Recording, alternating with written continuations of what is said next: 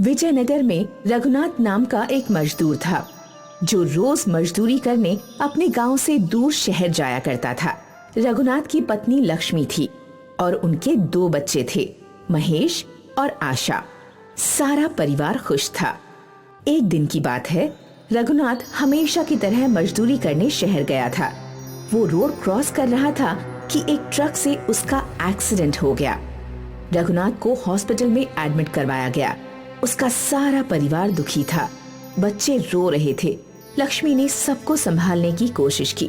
देखो, पापा ठीक हो जाएंगे। तुम दोनों ऐसे रोगे तो उन्हें अच्छा नहीं लगेगा। पापा कब ठीक होंगे? बोलो ना माँ। बहुत जल्द। तुम दोनों फिक्र मत करो, मैं सब कुछ ठीक कर दूंगी। कई दिन बीत गए। रघुनाथ की हालत बेहतर थी, पर वो अब भी चल फिर नहीं पा रहा था। एक दिन तभी नर्स लक्ष्मी के पास आई। आपको डॉक्टर साहब बुला रहे हैं। लक्ष्मी डॉक्टर के केबिन में पहुंची। बहन जी, मैं आपको झूठी तसल्ली नहीं देना चाहता। आपके हस्बैंड के दोनों पैरों का ऑपरेशन करना पड़ेगा, तभी वो चल पाएंगे। पर आपकी परिस्थिति देखकर लगता नहीं कि आप इतना खर्चा उठा पाएंगी। कितना खर्चा होगा डॉक्टर साहब? लगभग 20 लाख। बाप रे! अगर उनका ऑपरेशन नहीं हुआ तो वो वापस चल नहीं पाएंगे। अब आप अपने हिसाब से देख लीजिए। अगर आप उनके ऑपरेशन के लिए पैसों का इंतजाम कर सकती हैं तो बहुत अच्छा होगा। जी डॉक्टर साहब, मैं कोशिश करती हूँ। लक्ष्मी सोच में डूब गई कि वो कैसे अपने पति का इलाज करवाएगी। वो बच्चों के साथ घर गई और अपने गहने देखने लगी। ये तो बहुत कम है, इससे तो 1 लाख रुपया भी नहीं आएगा। घर भी संभालना है और इनका इलाज भी करवाना है। कैसे होगा ये सब? लक्ष्मी अपने गहने देख ही रही थी कि उसके दोनों बच्चे उसके पास आए। माँ, क्या तुम ये मंगलसूत्र और कंगन बेच दोगी? और कोई रास्ता नहीं दिख रहा है बेटा। माँ, अगर हम सब मिलकर पैसे कमाएं तो? कैसे? आप बहुत अच्छी इडली बनाती हो माँ। अगर हम लोग इडली का ठेला डालें तो? वो तो हम कर सकते हैं, पर क्या उससे इतने सारे पैसे इकट्ठा होंगे? 20 लाख? माँ, कोशिश तो करके देखते हैं। भगवान ने चाहा तो जल्द से जल्द पैसे जमा हो जाएंगे और पापा का इलाज भी हो जाएगा। बहुत बड़े हो गए हो तुम दोनों। चलो इडली के व्यवसाय की तैयारी करते हैं। लक्ष्मी और बच्चे घर में चीजें इकट्ठी करने लगे। ये रहे चम्मच और प्लेट्स, ये रहा चूल्हा, ये रहा इडली का कुकर। पर मुझे लगता है ये छोटा है। ठेले पर अगर ज्यादा लोग आ गए तो फटाफट इडली नहीं बन पाएगी। तो हमें क्या करना चाहिए माँ? हमें नया इडली का कुकर लेना होगा। मेरे पास थोड़े पैसे हैं, उसमें बड़ा इडली का कुकर आ जाएगा। इडली का कुकर खरीदने के लिए तीनों दुकान पर पहुंचे। भैया, एक बड़ा इडली का कुकर दिखाइए। उस दुकानदार ने उन्हें एक कुकर दिखाया। इससे भी बड़ा चाहिए। बहन जी, इससे बड़ा इडली कुकर मेरे पास नहीं है। आजकल इससे बड़ा इडली कुकर नहीं बनता। ऐसे कैसे हो सकता है? पर आप पुराना इडली कुकर खरीद सकती हैं। बगल में ही एक पुराने बर्तनों की दुकान है, उनके पास जरूर बड़े इडली कुकर्स होंगे। आप वहाँ देख लीजिए। ठीक है। लक्ष्मी और उसके बच्चे बगल वाली दुकान पर गए। वहाँ लक्ष्मी का ध्यान एक पीतल के बड़े इडली कुकर पर गया। भैया, वो बड़ा वाला इडली का कुकर कितने का है? वो पुराना वाला ना, वो 500 रुपए का है। ठीक है, वो मुझे दे दीजिए। लक्ष्मी और बच्चे वो बड़ा पीतल का इडली कुकर लेकर अपने घर आए। घर पहुंचकर, माँ, आपने यही इडली कुकर क्यों चुना? बगल में कितने चमकदार स्टील के कुकर भी थे, तो ये पीतल का ही क्यों? क्योंकि ये पीतल का है। पीतल में इडलियों का स्वाद और भी अच्छा हो जाता है। और तो और हमें ये बहुत अच्छे दाम में मिला। पर माँ, हमें नया कुकर लेना चाहिए था ना। देखो ना, इस पर कितनी गंदगी है। आशा, ये पीतल का है। अभी इसे घिसूंगी ना तो चमकने लगेगा। ठीक है माँ। लक्ष्मी ने वो इडली कुकर धोया और वो चमकने लगा। अरे वाह, ये तो चमक रहा है। कहा था ना मैंने। और आशा, इसीलिए कहते हैं ओल्ड इज गोल्ड। माँ, इसमें इडली बनाकर देखो तो। हाँ, बनाती हूँ। लक्ष्मी ने उस इडली कुकर की थालियों में इडली का आटा डाला और उसे गैस पर चढ़ा दिया। अब हमें 8 मिनट इंतजार करना होगा ना माँ? हाँ बिल्कुल। दोनों बच्चे इडली बनने का इंतजार कर रहे थे। उन दोनों की नजर घड़ी के कांटे पर ही टिकी थी। जैसे ही घड़ी में 8 मिनट हुए, हो गया, 8 मिनट हो गया। हाँ, सब्र रखो, खोलती हूँ। जैसे ही लक्ष्मी ने कुकर खोला तो कुकर के अंदर से रोशनी चमकने लगी। सफेद आटा सुनहरा कैसे हो गया? जैसे ही लक्ष्मी ने वो इडली बाहर निकाली तो वो हड़बड़ा गई। ये इडली पत्थर की कैसे हो गई? पत्थर की नहीं, सोने की। हाँ, सोने की इडली? लक्ष्मी एक सोने की इडली लेकर सोनार के पास गई और वहाँ उससे जांच करवाने लगी। ये खरा सोना है। ये सुनकर लक्ष्मी को अपने कानों पर यकीन न हुआ। वो घर लौटी और ये बात अपने बच्चों को बताई तो वो खुशी से कूदने लगे। हमारे पास इतनी सारी सोने की इडली है। माँ, इन्हें बेचकर हम पापा का इलाज करवा सकते हैं ना? हाँ, ये इतना सारा सोना है कि हम सोच भी नहीं सकते बच्चों। कुछ दिनों बाद लक्ष्मी ने सोनार को 2 सोने की इडलियां बेच दी और उससे मिले हुए पैसों से अपने पति रघुनाथ के पैरों का ऑपरेशन करवाया। रघुनाथ वापस चलने लगा। 2 और सोने की इडलियां बेचकर लक्ष्मी ने नया घर खरीद लिया। रघुनाथ और उसका परिवार नए घर में हंसी खुशी रहने लगा। आज भी वो इडली का कुकर लक्ष्मी के पास ही है, पर वापस उसने कभी सोने की इडली नहीं बनाई। माँ, क्या हम वापस सोने की इडली नहीं बनाएंगे? नहीं, क्योंकि भगवान ने हमें जितना दिया है वो हमारे लिए बहुत है। और वैसे भी आशा, माँ हमेशा बोलती है ना, लालच बुरी बला है। हाँ, और हमें लालच बिल्कुल नहीं करना चाहिए। बिल्कुल सही। अब तुम दोनों भूल जाओ कि हमें कभी जादुई इडली कुकर मिला भी था और हमेशा खुश रहो।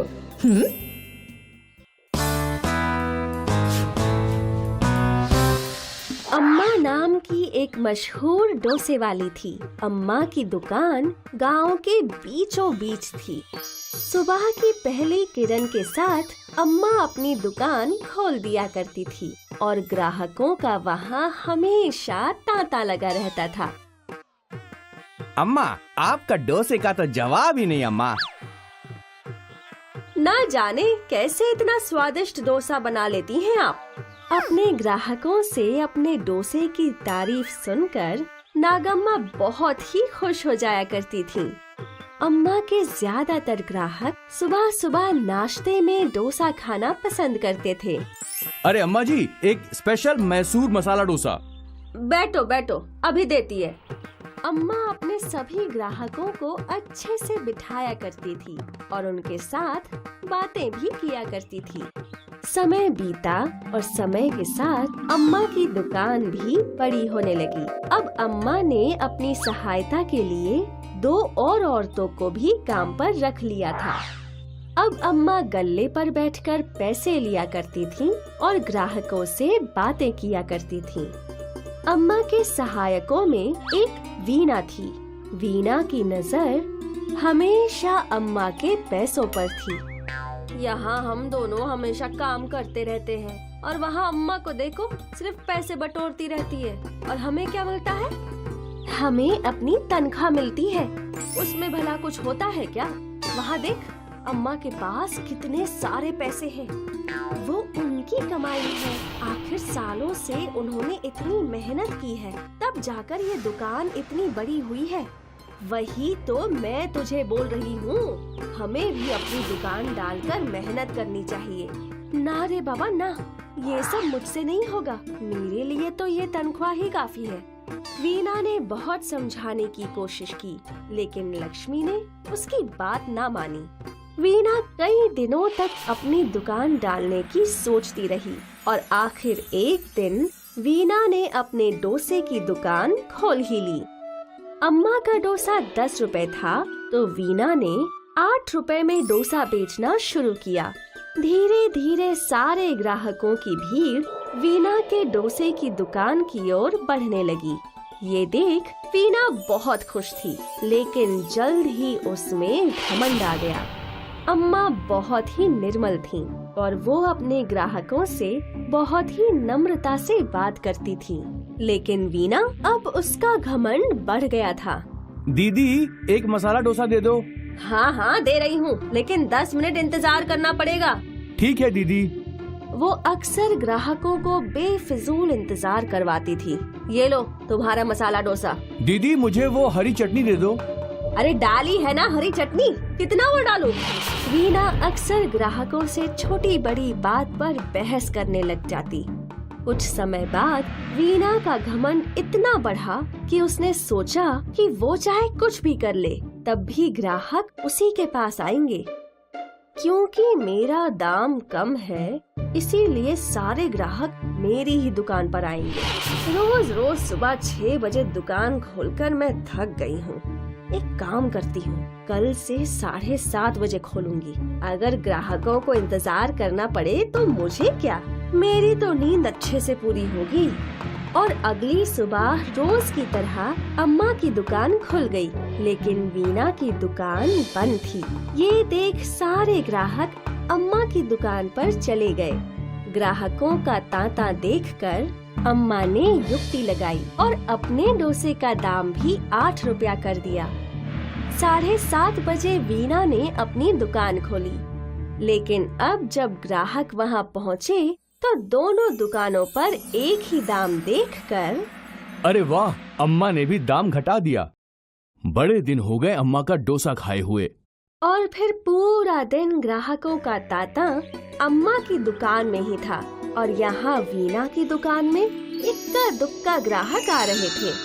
वीना मन ही मन जल रही थी और इस वजह से वो ग्राहकों पर चिल्ला बैठी। नहीं चाहिए तुम्हारा डोसा, तुम ही खाओ। सारे ग्राहक अम्मा की दुकान पर चले गए। आज अम्मा बहुत खुश थी, क्योंकि एक बार फिर उनका व्यापार अच्छे से चल रहा था। लेकिन वीना जलन के मारे अम्मा को कोस रही थी। बच्चों, इस कहानी में अम्मा ने कुछ भी नहीं किया, लेकिन वीना के घमंड ने उसका अच्छा खासा व्यापार खराब कर दिया। अगर वो पहले ही लोगों से अच्छे से बर्ताव करती और घमंड ना करती, तो आज उसका भी व्यापार अच्छा चल रहा होता। इसीलिए कहते हैं कि घमंड इंसान को ले डूबता है।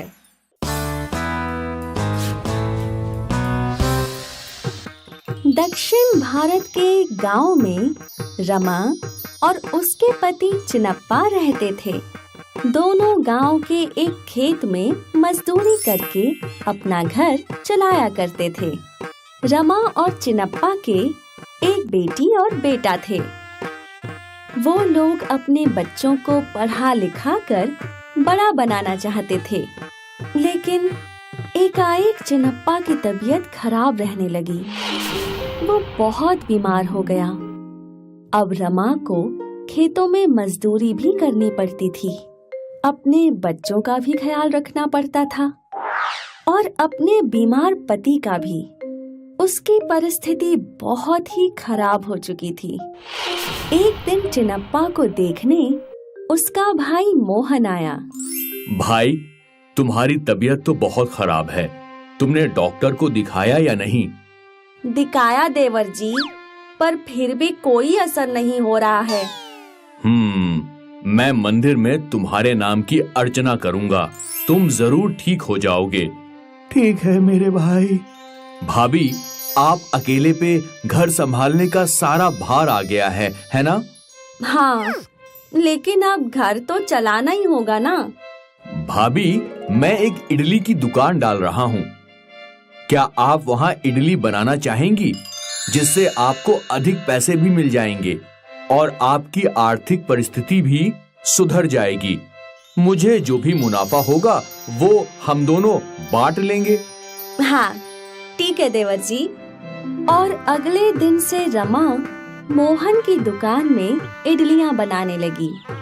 गांव के लोगों को रमा की बनाई हुई इडली बहुत पसंद आई। देखते ही देखते रमा की बनाई हुई इडलियां मशहूर हो गईं। दुकान में रोज लोगों की भीड़ लगने लगी। दोनों रमा और मोहन खुश थे क्योंकि दोनों का मुनाफा बढ़ता जा रहा था।